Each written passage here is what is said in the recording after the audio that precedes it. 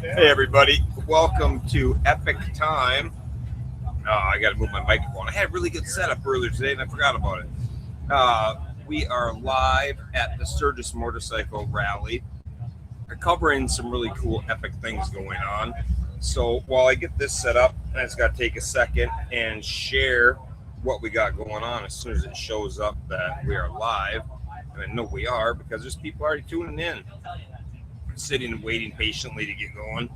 Then we're going to get going. Come on. My stuff is not updating as fast as everybody else's, I guess. There we go. Now I can share it. We are, but I tell you what, there's so much going on there. I can't wait to check on some people. People are making it to the checkpoints. That's pretty exciting. I hope my phone doesn't die before I get going, but it's all good. All right.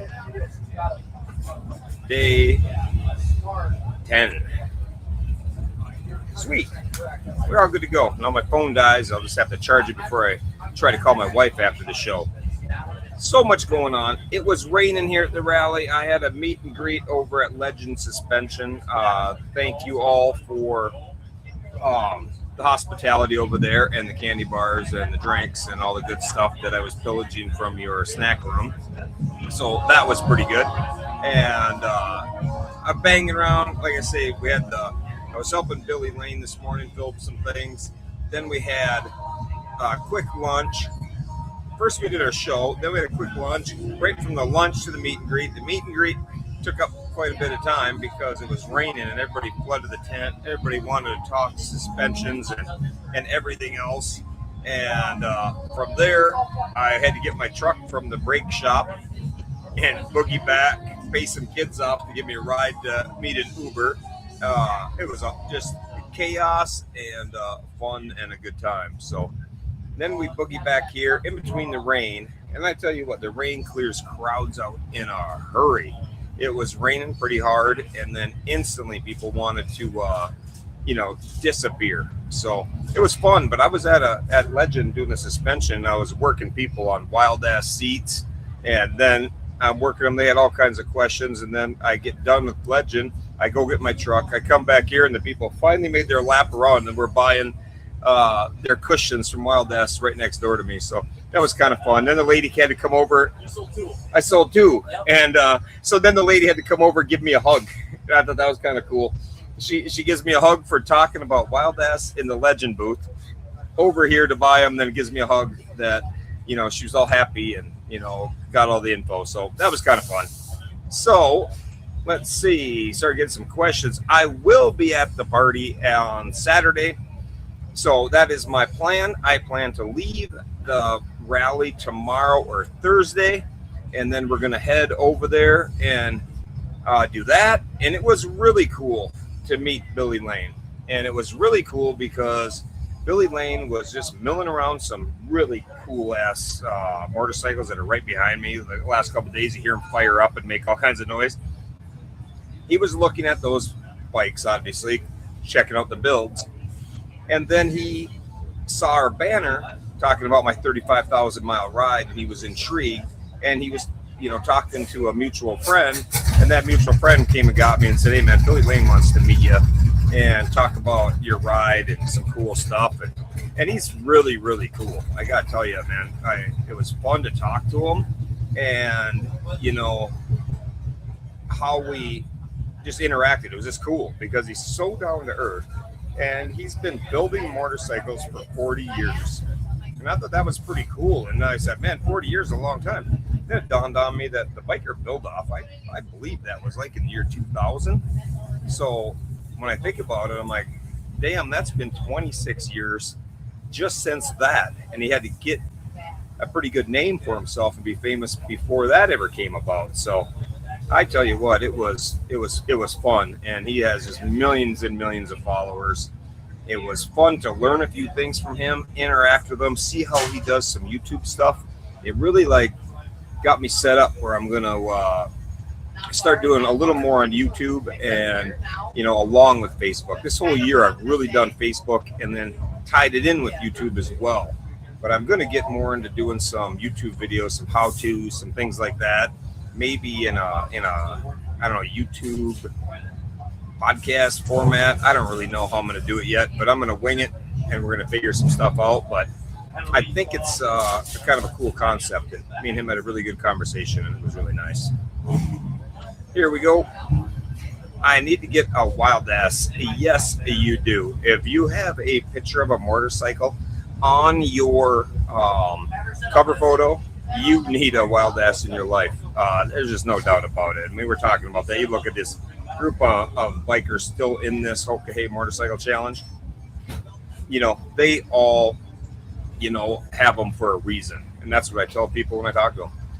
It's not because there's something that make you think you're one of the cool kids. It's not something that it's going to be all flashy and be like blingy on your bike and make you, you know, look a certain way. It's strictly to help your performance and help you enjoy your motorcycle. And it's, you know, it's really that simple. And, you know, for somebody to enhance your riding, there's just no other way around it. So that's pretty good. We got our first rider request, so we'll check out 555. Let's see.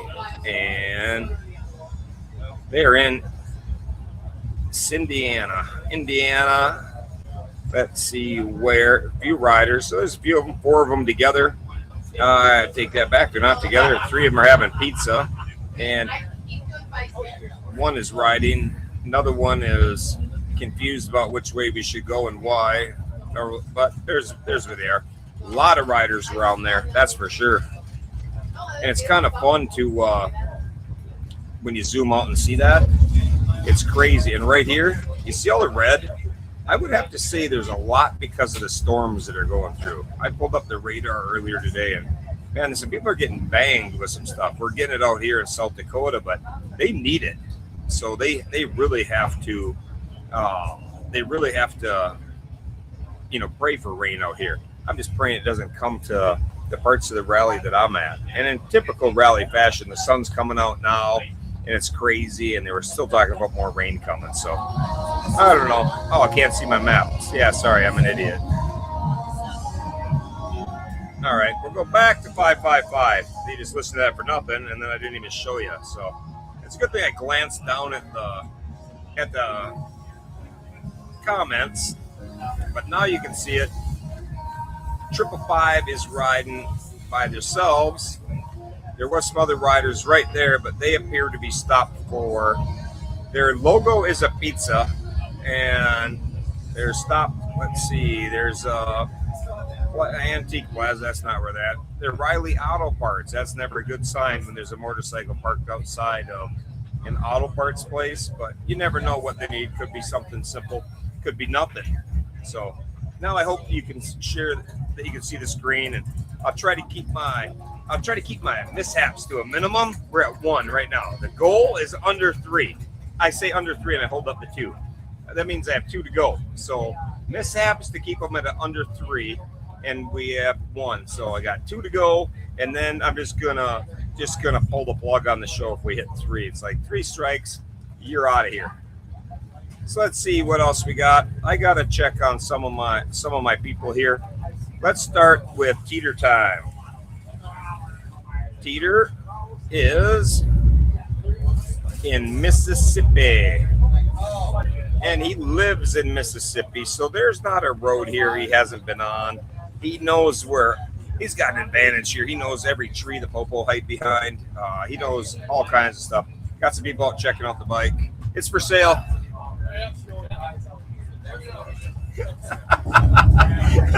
And that's the 783rd person to say, no thanks. No one ever says, how much?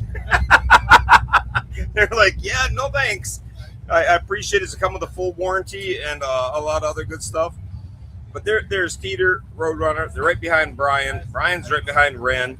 So, you know, everybody knows what they got going, and they really got to hammer it. And they got a long ways to go ripping down, you know, the trace, the Natchez trace. And then they got to come up here, and that's where Nancy is. This is where it gets confusing.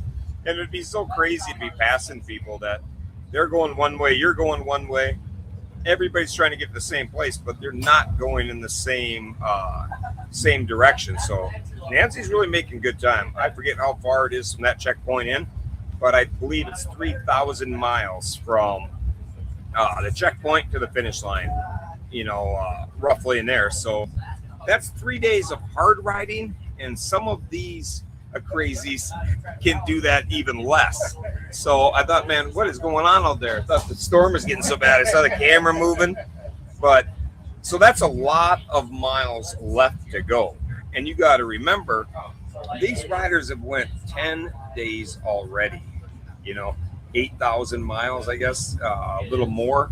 So that's a lot of miles, a lot of running, a lot of days with no sleep. And this is the time that they really got to be careful that, they're not making mistakes all day because they're tired, mentally strained, and running into poor choices. Here's Yost sitting here in the country, enjoying some trees and peace and quiet. Looks like he has stopped chilling out. He's in town, so he's definitely stopped for something. Let's see where he's at. He pulled over, and this may be, what time is it over there? This is after 8 o'clock. He may be sleeping right here. He may be resting, whatever that is. There's no store. There's no anything. This is a kind of a blank area, so he might just be in the shadows enjoying a couple hours of rest. He's going to be on killer mode now. When he hits something, he is going to be, banging it pretty good. Dieter is at 8,500 miles with 3,000 to go. That is a lot of miles to do on back country roads. It is absolutely amazing to do it. There's just so many corners, and I look at, the roads that they're riding on and getting there is just not easy. So you got 3,000 miles to go. 3,000 miles on an interstate is really ripping it. To get that done in 2 days is a special kind of rider. 3 days is what normal long distance riders are looking at for 3,000 miles. And now you add in all these twisties, all this technical riding. That bottom half of the country, the ones that were in the north, now they're in the south, they have a lot of technical riding, and then it eases up as they get into Indiana and working their way to Illinois. But this first 1,500 miles out of that checkpoint looked to me to be pretty brutal, because this is the country they're riding in. And it doesn't matter what road they're on, they're all hard.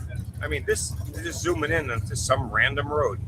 But look at all, that's what every road is, because it's mountainous and, no highways going through it, no nothing. So they have a long ways to go to get through this. And all of this is just gnarly.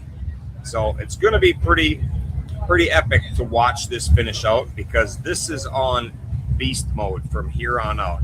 Yost knows they got a pound to the finish line now. Pee Wee knows if there's any chance to catch Yost, he's got to go now. Chrisman, who's always after it, he knows the routine. English coming in, they know the routine. So those guys are hitting it and getting it and back after, trying to make up time, trying to just finish. After the top 3 or 4 at each group, no one is concerned about placement, about where they're going to place. They're only concerned with how they're going to finish, how their people are going to finish, and that no one gets hurt in the process. So that's going to be, a tough one. 2,600 miles on the second leg. I thought it was a little higher, but whatever. 2,600 miles, 3,000 miles, they're all long. And yeah, they're down to roughly 187. I think it's a little lower than that. And that is not uncommon, and it's going to be a lot higher.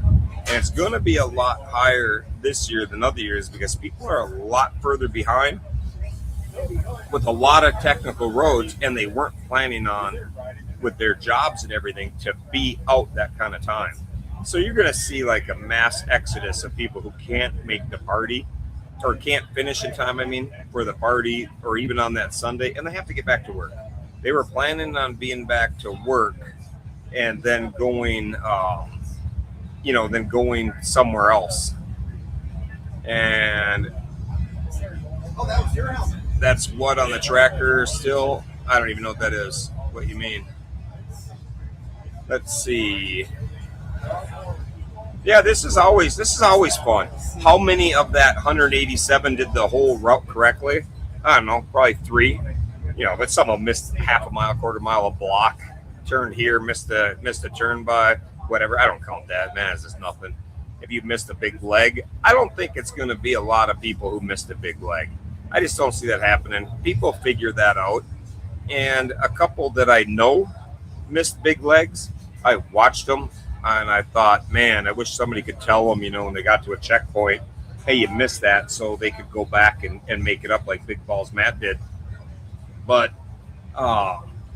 it's not the case. So I know of a couple that missed big chunks, and I knew they were going to be sadly disappointed. But a couple of those people are gone. They are not in it anymore because they had bike problems, and it's all for a mute point. So it doesn't matter to point out that they missed something when they had bike problems, they had other problems. They're not going to be a finisher for any reason, so it doesn't even matter. And at the end of the day, there's some of these riders, if, pick anybody out of the blue, pick Steele, just because it came right to that rider. Steele rides for 15, 16 days and crosses that finish line. They tell him, you missed something by 50, 60 miles, whatever. They're not going to care a bit.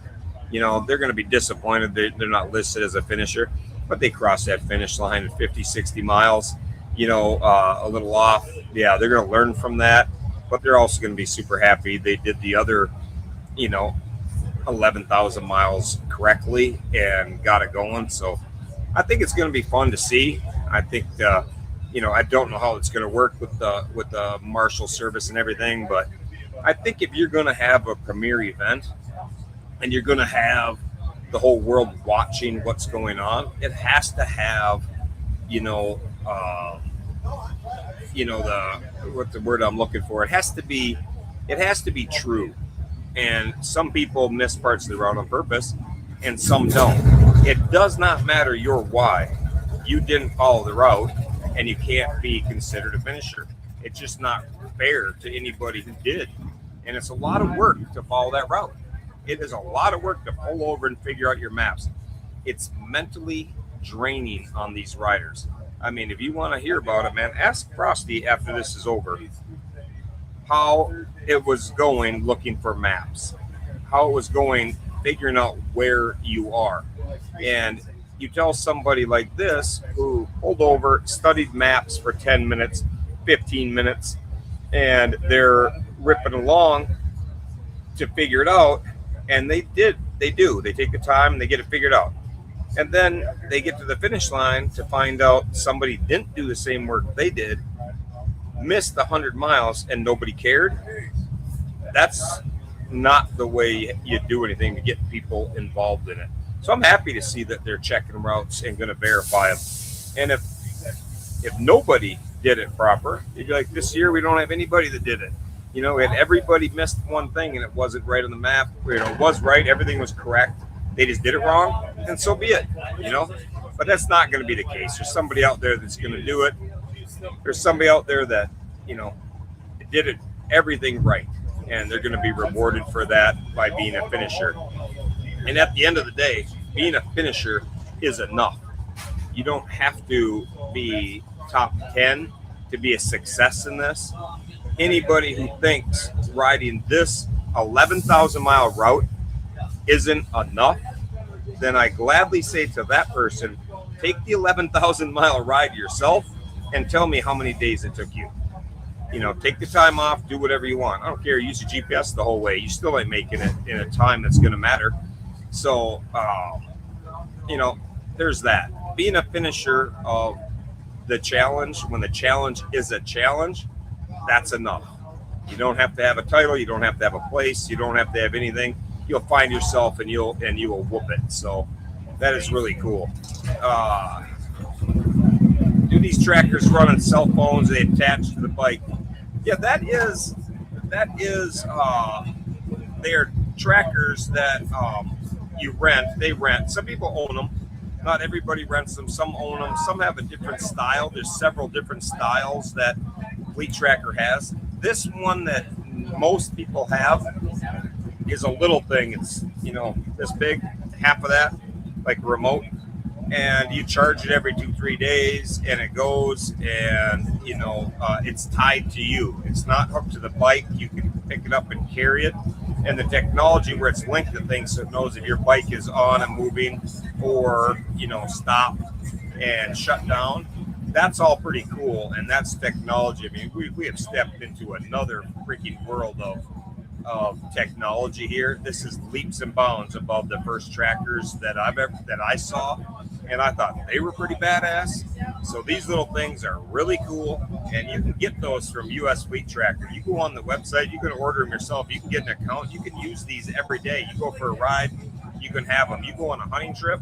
I took my Fleet Tracker and put it on my truck and drove to Colorado, and I could tell my wife, hey, follow this. My cell phone won't work, but you'll be able to see where I parked. You'll be able to see everything where I'm at. And they were pretty neat. And it was really, really accurate. That's what I like about it. Sometimes they get a little off, but for the most part, they are really accurate and put you right where you are, especially if you're moving slow. I mean, if you're doing 100 miles an hour and it's a curvy road, you'll see it jump and you'll see it cut the corners. But for the most part, it's pretty accurate. So there's Value, there's Frosty, there's Ronimo right there. Ronimo was riding with somebody, but it doesn't look like he is.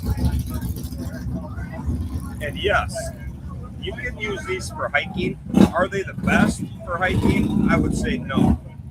If you're going to use something for hiking, I would go with the Garmin InReach. It actually has a screen on it that you can see where you're hiking as well, and tie that in. But if you're only going to get one, you're going to do a Hoka and you want to buy it, then maybe it'd be something. But if you're going to use it for hiking, there's better options. I mean, I think a Garmin the InReach 3 is about the same size, but has a screen that you can check it too. So that's pretty good.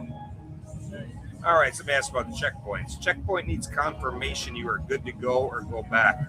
Yeah, that's been a thought of mine as well. Like, you get to a checkpoint and it's verified. But the only issue I have with that is, what if you made your mistake 500 miles into a ride, and now the checkpoint's telling you got to go back and fix that? Okay, now you got to go back 2,000 miles to fix something. But what if you were somebody who made a mistake of equal mileage, but you did it 50 miles before the checkpoint? You see what I'm saying? Now somebody is way rewarded for finding that out. So I think I do like the idea of telling somebody you screwed up. I just think that there would have to be a way to do it where if you have traveled 500 more miles or something like that from your mistake, and then tell them, because then they really got to bust ass to get back and do it. And that creates another problem. They don't want to tell people that they made a mistake because they don't want people going back and fixing it at a risk to themselves or others. Because when I ride anything and I'm pissed off and riding out of anger, then stand back. Because if I find out I got to go around like Big Balls Matt did, and I got to go around Lake Michigan, I am hauling ass. Like, I am going to be at the edge of all rules of anything. Like, it's wide open to get back to that spot, and then I'm rage riding all the way to get caught up to where I was. So it's people who ride like I do that makes them have rules to stop that from happening, because they know exactly what it'll be. And a few years back, I had asked Mama Beth if I could start a day late, and she said no. You have to start on the day or you're out of luck. And I want to start a day late so I can move my son into college. And then she said no. And I asked why. She says, because you're crazy and you're just going to go like hell to try to catch up to everybody. And I said, no, I would never do that. And then I realized that's a lie. I knew exactly what I was going to do. Balls to the wall, hauling ass, and trying to pass. There was 150 people that year. my goal would be to pass 150 people. So in the best interest of people, you know, they want you to do what's best for you and the other people, and turning me or anybody else like that loose, they couldn't do it. So here we got an old man, Pat. The old man's out here working his ass off. What's your reward for riding 200,000 miles in a year? Oh, you get to travel the countryside, stand on hot ass pavement and talk about how cool your bike is and how much it went through to survive. And every third person that walks by wants to hear about your ride, ask you all kinds of stuff about it. And it's not an air-conditioned lobby of a 5-star hotel. So, Pat, man, you earn everything you get, man. Every high five, every handshake, every hug, whatever it is, man, you earned it. But I tell you what, man, at the end of this, you got another prize coming, because this rally life is exhausting. These poor bastards that working over here next to me at the Wild Ass, I got an all new respect for anybody that works these rallies. I come out here and used to hang out with them and sit around, and I go for a walk, go have a soda, go into air conditioning and stuff. The first time of me sitting here every day, like, I'm ready to go home and go to bed for like 3 weeks. And I'm like, damn, everybody I see, and they're like, they look a little tired at the end of the day. Well, before doing it, I'm like, man, toughen up, you sissies. Now doing it, I'm like, they're the toughest dudes I know. And, you know, I understand, like, TLC. She's got a little different, like, her chemical makeup, like, she's not all there. She's just kind of wound up like a battery that just keeps bouncing around, like the Energizer bunny, yeah. You know, but us guys like that, they're just like, it's insane. And the amount of people you got to talk to and visit with, and it's exhausting. And, you know, just talking to people all day is exhausting. And I'm a talking fool. So that's kind of fun. But anyways, Pat, I feel for you doing all that stuff. And, you know, doing what you do is amazing. Doing what you did is really amazing. But now sitting and shaking hands and, you know, and holding babies, it's like being a politician. And I love it. But I tell you, soak it up, enjoy it, and you're going to be kicking your butt. So it's kind of cool. So congratulations to that. Yeah, there you go, Denise. If you want free shipping, use code DICK. I got a lot of comments to say, but I'll just skip that. I'll let that free shipping go there, and it's pretty cool. So let's see. There's some more talk about that, and the SOS and satellite messaging. It works way better with it, like an inReach, because you can. Doesn't matter where you are. Same with the Zoleo. I can have that anywhere in the world. If you can see the sky, you can text people.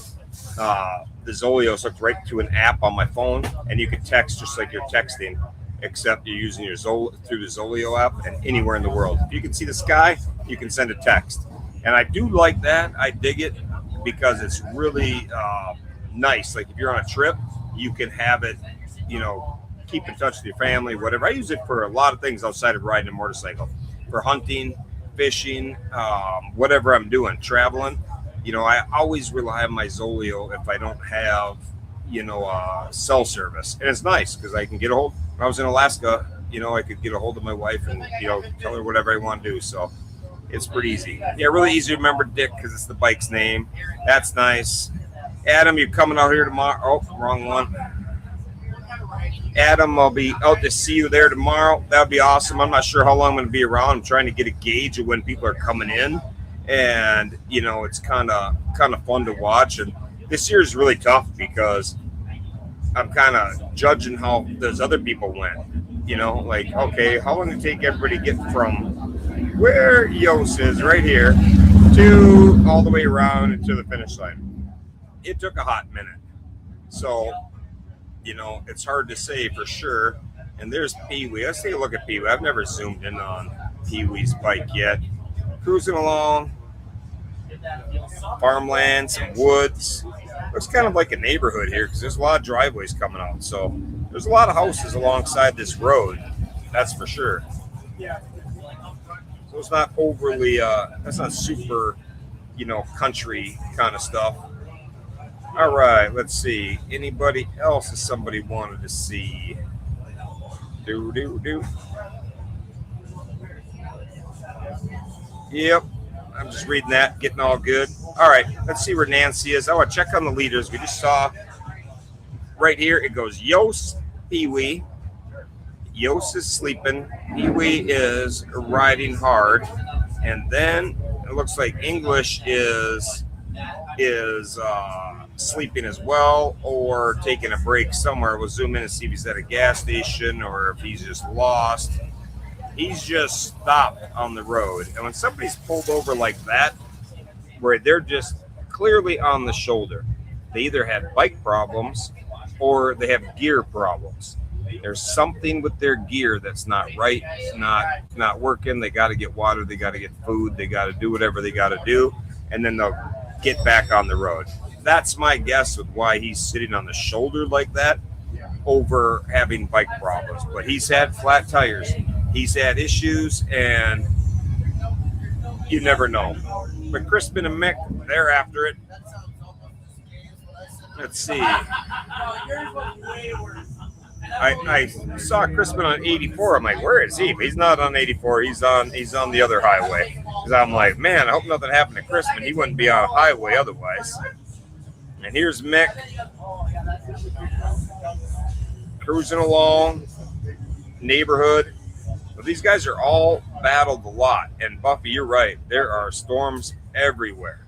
West Virginia, Ohio, Kentucky, all having bad storms. And you look at where they are, you can kind of get a feel for how things are going with people, because you'll start seeing everything shut down. You know, I think that's why there's so much red here. This whole area, there's a lot of riders here that are in the red. And that's generally a sign of we're not going through that. And I do want to give you an update. I see a twang here in Louisville. I want to give you an update because Gritty Bell that went down this morning, she has a broken ankle and she has a pin in her leg from a previous injury, and it bent. So she's having surgery in the morning. So please, if you're the praying type, say a prayer for Gritty Bell, who went down, broken ankle, and is currently sitting naked in a hotel room or in a hospital bed. And I know that because I was joking around with her and we had to lighten it up a little bit, that she has a broken ankle, but they cut all of her clothes off. And I thought that was kind of funny. And I said it was only because they were checking her out. So I thought it was kind of funny. You go to the hospital with a broken ankle and she's trying to find some clothes to have. So Gritty, if you happen to catch us, if you get your phone charged up and you catch that, know that we're pulling for you, praying for you, and want you to have a speedy recovery. And if there's anything we can do, I'll go down there and get your bike. I'll do whatever it takes to help you out. I'll leave my bike somewhere else and detour down there on my way home to get it if I need to, whatever.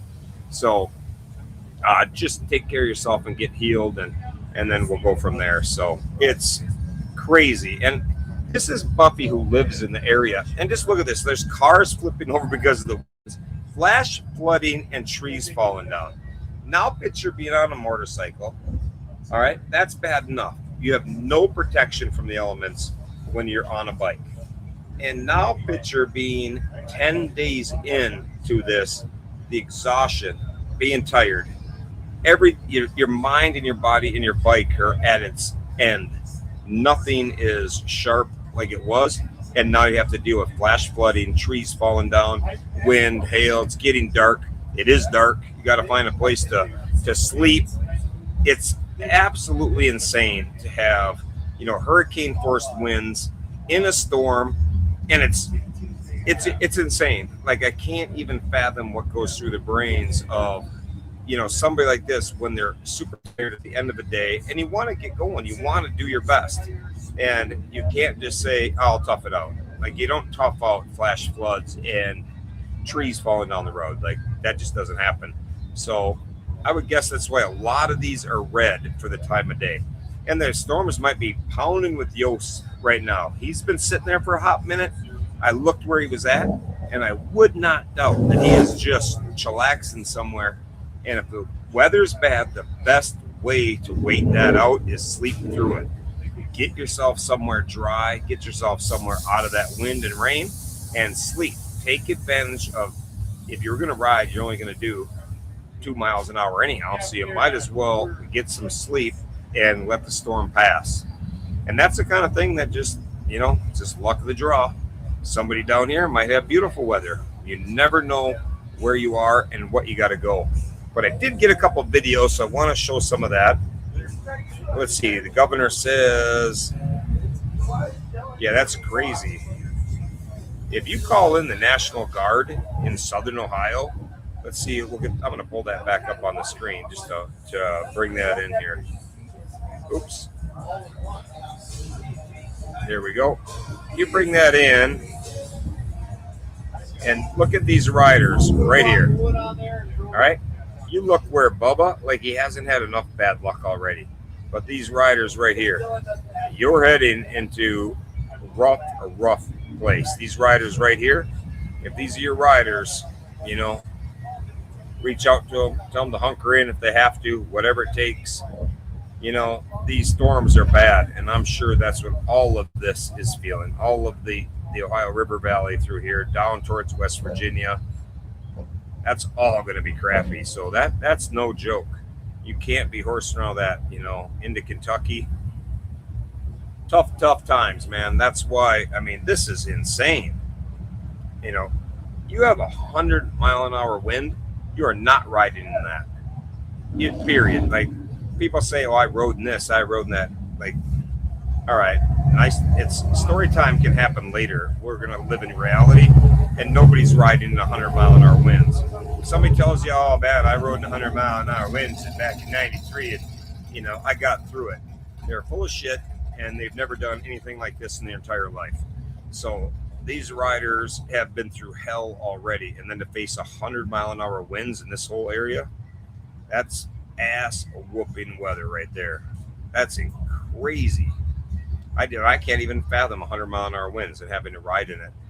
That is a much harder winds than Debbie was in 2024. So if anybody comments that Debbie was 100 miles an hour and they rode all day, all right, well, Santa's coming tomorrow night too, but they're not coming to your house because he doesn't go to Liars. Anyhow, so we're moving on. Let's check this out. And so those poor people better hunker in. I hope they have a tent with them or somewhere, that they can be. There's Big Balls Matt right there. So he's still cruising along, even though he did an extra lap around Lake Michigan. Still catching people. But now where there is, see, I'm really happy that Nancy has a white tag because I can kind of see her a little bit. And this is a prime example of you think, oh, look, there's Nancy. Ridgway's right behind her. Okay, Ridgway's got to go a much different route before he can do that. So it's kind of funny when you just glance at it and, oh, there's Charlie, closing up right behind her. No, that's not it. Charlie's not next. Think Charlie's taking a break. You got to know what's up, know which way they're going, and understand that Dirty Dan is currently right behind. So that's pretty good. And Ren and Brian are there. And what is Rodon and Teeter bringing up? 5'6", is that right? Yep, 5'6". And Dash is making a nice push there. That's Richard Simmons, another monster rider and a beast of a rider. That's a crazy dude that I was riding with this spring, and his headlight went out, and he still rode like 6,000 miles, no headlight, uses auxiliary lights, to do that. So, yeah, if you get a tailwind, you ain't stopping for gas much at 100-mile-an-hour winds. You ain't giving it the gas much either. But if you get a tailwind, I would stand corrected. You could ride with a tailwind. If you can find a road that's straight enough, then it'd be all right. So, Marky Mark, I see that name. Where's Marky Mark? Is he hitting the checkpoint maybe? Nope, he's way over there. Let's see, and Tally. That's a cool name, Tally. Tally ho, Marky Mark. They're ripping along. They're like this time of the ride, you're going to see people teaming up with people, riding with somebody because they're battle buddies. They've been through a lot together. So Yeah, I see okay, and I think I just saw Marky Mark, like you were asking, is okay. No, he's in Oklahoma. I understand that. Now, that might be strike two on Dipshittery Award, but we're doing it. Let's see. 1321. There. Oh, that is Marky Mark. Man, I don't know what. That might be strike three. I'm going to have to kill the show right now. There are lots of red trackers. Lots of trackers turning red, and that's in hunkered areas, and people just get late. We got Frankie here. Where's she at? Red. We'll zoom in. Getting gas. What's your prediction? Gas or food? Gas or food? Gas or food? Gas it is. She's chilling out at the Quick Time right there and getting something to eat, doing well, and she'll be back on the road. So I give her a lot of credit. It's hard to stay, motivated to keep giving it your all. And this is some hot ass weather. I want to see how many people kept their climb gear on, especially you Yankees that are down there riding with climb gear on. And I want to see how many people kept it on and how many have dropped back by a half a day of riding because they did. I am not a believer in wearing protective gear in hot weather. And people say, oh, you got to have it on, all the gear all the time. All the gear all the time doesn't make any sense to me if you're going to pass out from the heat or sweat to death while you're in it. I will not have the gear on, and I will feel better because I'm not boiling to death. There's no one that's changing my mind. There's no way in hell I'm riding in San Antonio by the Goat's House in the middle of summer where raindrop is with any gear at all. I used to ride with some people that wore leather vest, and I had to have a mesh vest made to wear that. And that was the only way I would wear anything. Otherwise, I'm not even wearing a leather vest, let alone full gear. People say you got to have a climate and you put water and you do this. I tell you what, I'm not a plant in the living room. I'm not watering myself every 2 hours. I'm not from Texas. I'm not wearing that gear. I don't care. And I know a lot of these people are afraid of what happens to you if you don't wear the gear. I'm afraid of what happens to me if I do wear the gear. I mean, if it's rainy, if it's chilly, if it's whatever, I'll wear the gear. I'll have a helmet on all the time. But if not, if it's too hot, man, I'm wearing fishing pants and a shirt like I got on it right here. Another fishing shirt. And not for nothing, I've seen the pavement, and my climb jacket saved me when I went in the pavement, and my fishing pants survived just fine. So that's just me. Let's see. Yeah, you ride to work in East Houston. Like, I've been down there. Like, Twister laughs at me when I told her I was a Viking, man. Like, we can't wear climb. We can't wear any gear. Nothing against climb. I love climb's gear, but I can't do it. So, shed her coat an hour or so ago. Like, I would have shed my coat when I hit the Mason-Dixon line unless it's raining, and that's it. I'm not going to do it. There's no way in hell. So 5-pound bags of ice. Yeah, that's one thing that's really good is bags of ice. Stuff them in your pants. You got to be not afraid to get wet, but, it works. Yes, fishing pants should be called multi-purpose pants. That's the goat. And what the goat wear when we went for a ride around Texas, when we took them around the U.S., the goat had fishing pants on. And if they're good enough for the goat, they're good enough for Riot. That's what I think. The 25 R-Bear are full climb vest and an airbag vest. That is crazy. I would never even dream of doing that. I would rather have nothing on and take my chances if anything happened than have all that on, because I'm going to pass out. It's just, and some people can take the heat better. I was talking to this dude today, and of course he's from Texas because all the crazies live down there, but he's up there and we're talking about wearing jackets. He's had a jacket on all day up here in South Dakota, but it's hot as hell. And then he's from Austin, so I said, okay, well, there's that. So good luck with that. Dirty Dan is 150 miles from Nancy, so they're going to be close. And like, this is the time. This is it. Like, this is where, you dig deep and you really got to give it that push, whatever it was. We saw Dirty Dan in 24.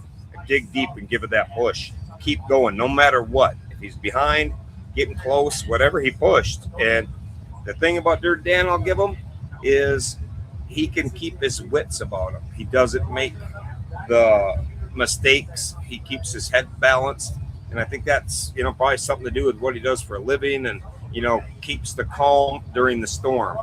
If you let the storm that's happening around you inside your head, it fogs your judgment. And I've been guilty of that my entire life. If things are going around chaos, man, I'll get the chaos and feel the anger, feel the whatever. And some people can really separate that, and through really stressful times, they keep their wits no matter what. And I think that's, whoever that is pretty impressive. All right, some more about that. Yeah, I'm going to tell you what, it's going to be a battle to the end, and there's a long ways to go. I don't know how far they're going, but it's a battle to the end, that's for sure. And the weird thing about this is, compared to every year, like, usually you watch them go to the end, and you're like, all right, man, Nancy and Dirty Dan are battling up. You're battling up. But you're watching two TV shows here. It's like the people that watched the soap operas back in the day, and, were you a General Hospital fan or the other one? But you're watching two shows here. We got, Webb and Dirty Dan battling it out here. That's not that far apart. Ren, Brian, Teeter, Roadrunner, they're all right there. Dash, that's all just a mishap away from getting caught up to, no problem. But you got that down, and now you got to rip over and look at this section. And you got Yos, Pee-wee, English, Mick, and Chrisman all hammering it out. So let's just say these two stay together, just for the sake of talking. So if these two battle it out to the finish line, and Nancy and Dirty Dan are battling out to the finish line, those four could meet at the end and all come in, and it could be whatever it is, but you could go first, second, could really be third and fourth.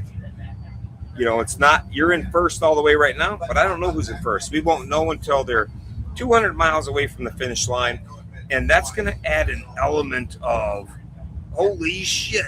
So I can't wait for that element to come through. When they start meeting up and you start realizing that, okay, now they're each 200 miles away, and you're going to find out what people got, and it's going to be exciting. At the very end, they're going to merge together, and that'll be the first time the two groups are together heading for the finish line, and it's going to be awesome and incredible to see it. And, I think for all the bitching that goes on about having two groups and having it, split up, and you look at this chaotic mess, you don't know who's with who's going where, who's doing what. I think it's going to make for a great last half of a day. So when that half a day comes, if it's Friday, Saturday, whatever that is, whenever they converge, I think it's going to be pretty awesome to see. And it's kind of like if you're a hunter, you sit around for days on end. The deer season in Minnesota is 16 days. You might sit around for 9 days staring off into the wild blue yonder and not being that overly impressed with what you've seen, followed up by one moment of pure excitement that turns into joy or anger in a matter of moments. But that's what it's like, and I think it's really going to be something to watch at the end. So yeah, I think Group 1 does have a leg up right now due to the weather that Group 2 is going through. And Group 2 is going to hit a lot of weather, but, Group 1 hit that weather as well at a different time. When they were up on the East Coast, some of those people had a lot of weather, and, it is what it is. But it's not a group that gets benefited from the weather or not. It's individuals, and that doesn't change. If this was a straight line, they all took the same route, not everybody gets affected by weather. Weather is hammering a region of this right now. This region right here. But if this was one group all riding the same direction, they're not all going to be there at the same time. So if Mother Nature hates you, you're going to get it. If Mother Nature loves you, you might not get it. So it all comes down to luck and timing. and that's just the way it is. English, he might be sleeping for a hot minute. I don't know for sure. If he's still sleeping, I'm going to find out when we're done with the show. If he's still down, make sure he's good. This is what I'm talking about when you look at people like this, and you have friends that are out there on the ride. Like English is a friend of mine. He's somebody that I will text. Nothing to do with motorcycles. Nothing to do with whatever. He's somebody that going in. He doesn't ride for the monsters. You don't have to ride for monsters for me to cheer for you and want to see you do well. So obviously, I like the people that are riding for mile monsters, but I got a lot of friends. Chrisman is a friend of mine. I like to see him do well. Beastman, is another one. So it's hard to watch this and be like, okay, he stopped, and not think, man, I hope nothing happened. I hope everything's good, because you don't know. And right now I have 75 people out there that I'm sweating it over, trying to hope that they're all doing good, get through these storms. Okay, making good choices. Comes down to your choices. Are you going to push a little harder? Are you going to sleep a little more? Are you going to hide? Are you going to hunker in? Are you going to try to, do that? So it's just, a different way of looking at it. And it's really a different for me to be there, like to watch Value and Frosty rolling together, two girls that I love, and want them both to just be done. That's how I feel. I'm like, just be done already. Like, get to that finish line, be done. Let's high five. I don't want to sweat this anymore.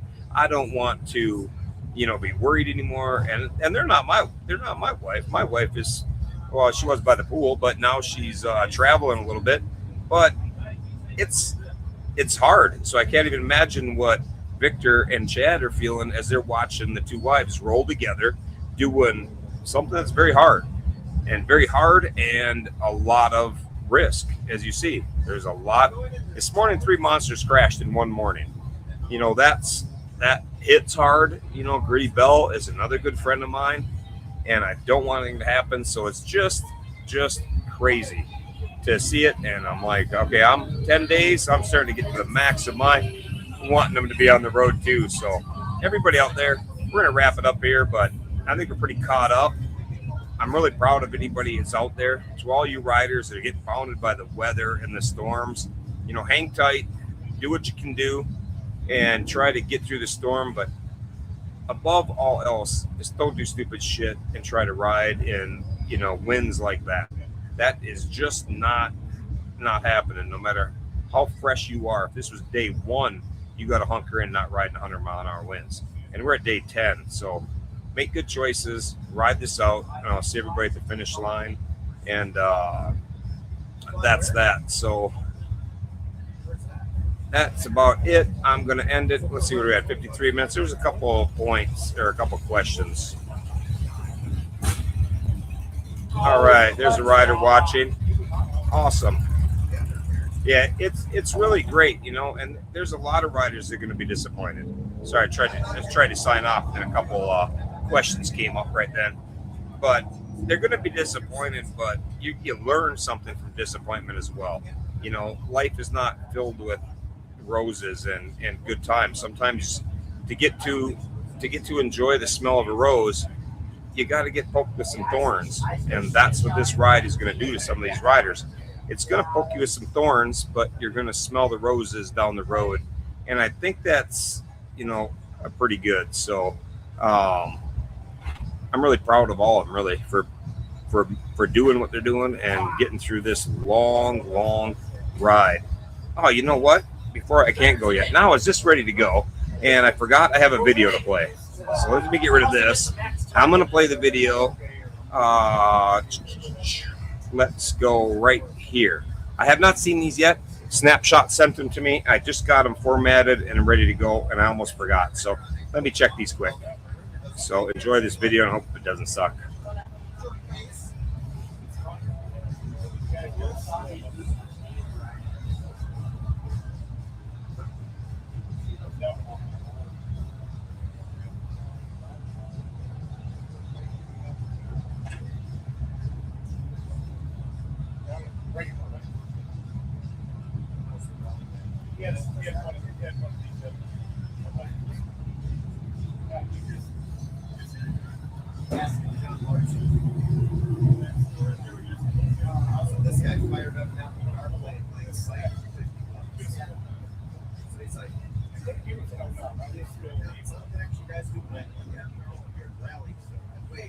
I think the videos are pretty good. Here's another one. Let me get to the beginning. This one's quick. Like I say, I haven't seen these, but Snapshot went out and met them.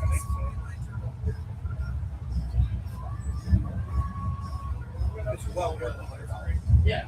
Tyler stopped by the house and just did it for me. But I keep sending everybody there. Like, go ahead and do it. It's $100. That's some bucks I've spent. I didn't spend it. If I can get money for it, that's cool.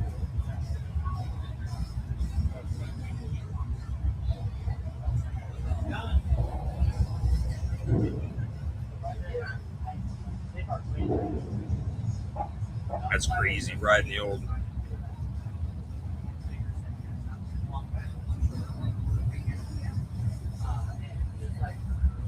Pretty cool, man.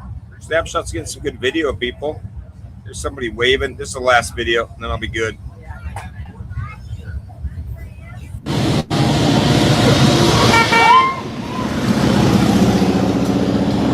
That was pretty fun. Dripping by, waving to him. Then he caught up to him. Oh, I don't know. It's not loading fast enough. It's a little blurry. It's not supposed to be a little fuzzy like that. So that happens.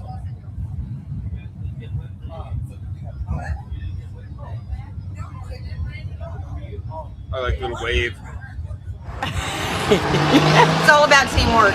I know, right? It's all about teamwork. We'll break this shit real good together. You know what? I feel great today. I really do. I had a really bad day yesterday. I made you feel great. She did. Rolo made me feel fabulous. I had a really rough night last night. Lost the spotlights on my bike, so I'm going through. Went through 2 mountaintops that were nothing but switchbacks. The Tight snake. turns. The snake. I hit a deer on 58 before the snake. So I got to ride the snake like that. Look at my fender. Yeah, I hit a deer on 58 right before going on the snake. It was fucking amazing. I was laughing my ass off because I couldn't believe I was still upright. I hit a deer. It's amazing. I was in shock, but I was like, thank you, God, Jesus, and the Holy Spirit. Yes. Thank you. Sorry, Bambi. So sorry. Shouldn't have ran out in front of me. Well, Bambi committed suicide. It was Bambi's fault. There were hundreds of them out there, so I was kind of amazed that that was the only one. But as much as I love you, I will still leave you.